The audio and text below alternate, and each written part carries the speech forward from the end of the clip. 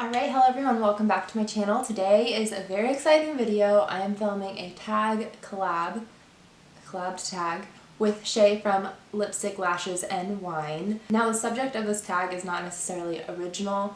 In theory, I think that we've both kind of seen multiple YouTubers talk about products that are really hype, that are worth the hype, overhyped, but neither of us could think of any YouTuber that actually created a tag for it. And of course, the whole point of a tag is for you guys to join in as well. So if there's anyone out there that wants to join us, please do. And the more opinions that are out there with makeup, because it is such a wide variety of opinion of taste and what actually works for different skin types and tones, the more opinions out there, the better for everyone.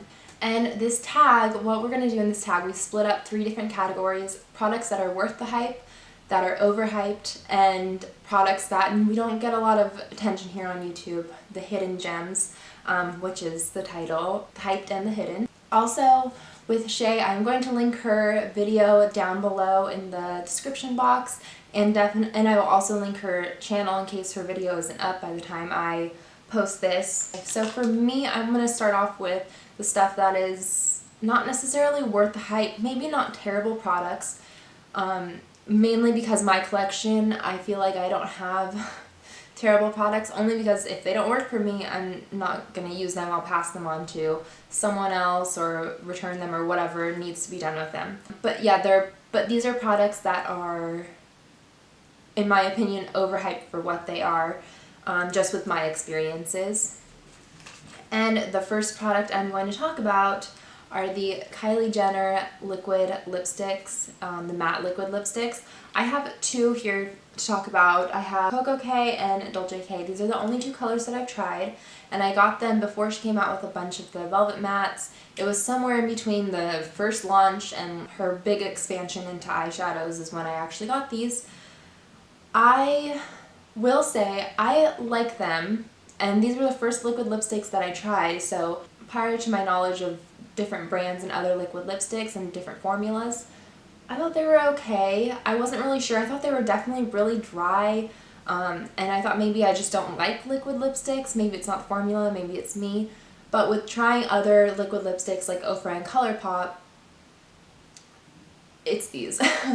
Unfortunately, for me, I don't want to say wrinkly lips, but I have lines in my lips. I'm not naturally blessed, nor do I pay for lips that don't have lines in them. So unfortunately, they just accentuate them. When I put these on as they're drying down, they gunk up into the crease, into the lines of the lip, where it accentuates it by a color difference, which is kind of weird to me. But that being said, I can make these work, and I want to tell you in case you're stuck with them, you have the same problem, you're just like, you don't necessarily want to toss them, whatever. They work really well with lip gloss on top. If you just bring in that moisture, beautiful, because the colors are gorgeous. That's why I got them in the first place, is because I wanted to try out the formula, but also, you know, the colors are beautiful, and they do work well. Now, I've tried putting gloss on top of the liquid matte of the ColourPop formula, and for me that does not work. The formula does not hold up with gloss on top in the ones that I've tried, but these ones do work still. And of course, that's not ideal. You know, this is not go out and buy these and use gloss on top, because that's not the point of these. The point is that they're matte, but I'm just saying, if you know, you have them and you don't know what to do with them, try that if you are desperately wanting to get your money's worth out of them. Okay, my next product here I'm going to talk about, speaking of ColourPop, is the ColourPop formula in satin. Both of these, now again, I'm not a huge beauty YouTuber, so I don't get the whole collection in a bulk. These are 2 colors that I've tried. Both are in satin, but both of them are in different formulas. This is the liquid, obviously this is the liquid satin, and this is the lippy stick in satin. This color is Topanga, and this one is Little Stitches. These aren't as hyped as their matte liquid lipsticks and matte formula in general. However, I've heard multiple YouTubers say if you don't like the matte, if it's too drying, try the satin. And whenever I first ordered from ColourPop, I ordered my matte because I wanted to try another formula, and a satin because obviously I tried the Kylie Jenner. I thought maybe it's just the formula, maybe it's just the nature of the product, and you know, whatever. So yeah, I tried these, but on both of these colors, there's some sort of oxidation that happens or something where the color changes as you're wearing them. The Topanga one isn't necessarily as bad because it is a bright color, but it's like this corally bright color, and as you're wearing it, it turns into like a really bright pink. And then this one though, Little Stitches, this is a color that's very hyped up. Little Stitches, like I hear it all the time. This is a very muted pink, kind of nude pink, but the color it changes to, and you can see it on this cap. I'm going to try and do a close up. It turns bright pinky purple, purpley pink. Not necessarily that big of a deal if you're expecting it. However, no one really told me prior to this, and I wasn't expecting it. And because this is such a muted color, and it changes to such a drastically bright and different color, it's just really strange and weird, and it totally messes up like the look that I was going for especially. And the problem as well is it does stain, so when you take it off to reapply, you're left with this really bright pink stain, and then you reapply with this on top of it, and it just doesn't look good at all. There's no way to like reapply it and get the original look you're intending. Yeah, I mean, it's a great color, it's a beautiful color originally that it's supposed to be, but after maybe an hour, it's gonna change. So yeah, I just wish someone would have told me. I mean, again, maybe not necessarily a bad thing if you are sitting around doing YouTube channels or going out for like an hour and coming back and not having to reapply while you're out, but for me especially, the first time I tried this I was at work, and so there's not really anything you can do there. You don't have like all the necessary tools you need to fix a look when something, you know, goes bonkers. Yeah, I mean, not that it's a bad product. It's kind of a bad product. Yeah, it's not bad. I don't want to say it's bad, but I mean, it's not what I was looking for sure. Okay, now I'm gonna jump into hyped products that I think are also worth the hype, and a majority of these are going to be eyeshadow palettes. And the reason for that is because that's what I buy into. Whenever I see something that's really hyped, eyeshadow palettes are my passion. That's really where it lies. So this first one, given like everything that's happened with Tarte, it's the Tartelette in Bloom. I don't know, I was debating even showing this because obviously everything that happened with Tarte is, you know, there's a big, you know, controversy and everything going on with it, which I totally agree with. And I know that there's a lot of YouTubers out there that are boycotting the brand in general, which again, you know, that's totally your decision. But I still wanted to mention this because they got it right in this palette. So I do want to give credit where credit's due. Take it with a grain of salt, whatever you want, and I'm going to go through this quickly. This palette is beautiful. It's a very feminine palette. I feel like kind of slowly got hyped up through word of mouth, at least from what I saw. And I'm really happy that I do have this because it just gives me a really nice feminine look. And it's beautiful. The shades are great, the mattes are great, and so are the shimmers. Yeah. Okay, the next one I'm going to talk about is the Urban Decay Naked Palette.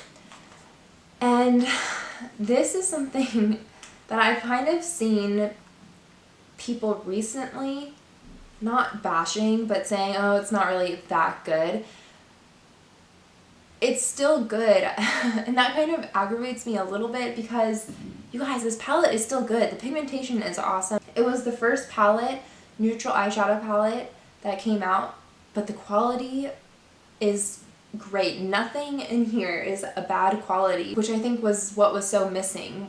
It was a neutral palette with great quality, and it was the first, and there are a lot of neutral palettes out there now, but this still holds true and it still holds up. And the thing is too is even if you don't like this color story, which I mean it gives you a little bit of everything, I think in this one there's the Naked 2, Naked 3, and now the Naked Heat that you can, you know, you just gotta find the Naked palette that's right for you and for your style and what you think looks good on you. And all of the palettes, in my opinion, now granted I haven't tried the Naked Heat, so I don't know about that one, but Naked 2 and Naked 3 also hold up in quality with this one. I'm sure you guys are tired of me talking about this with my channel, but I have to talk about what I know. And Modern Renaissance, I'm panning it this year. Again, a palette that is worth the hype. This palette, and you can see how much I've gone through it, is beautiful. Everything in here, there's not a dud shade in here at all.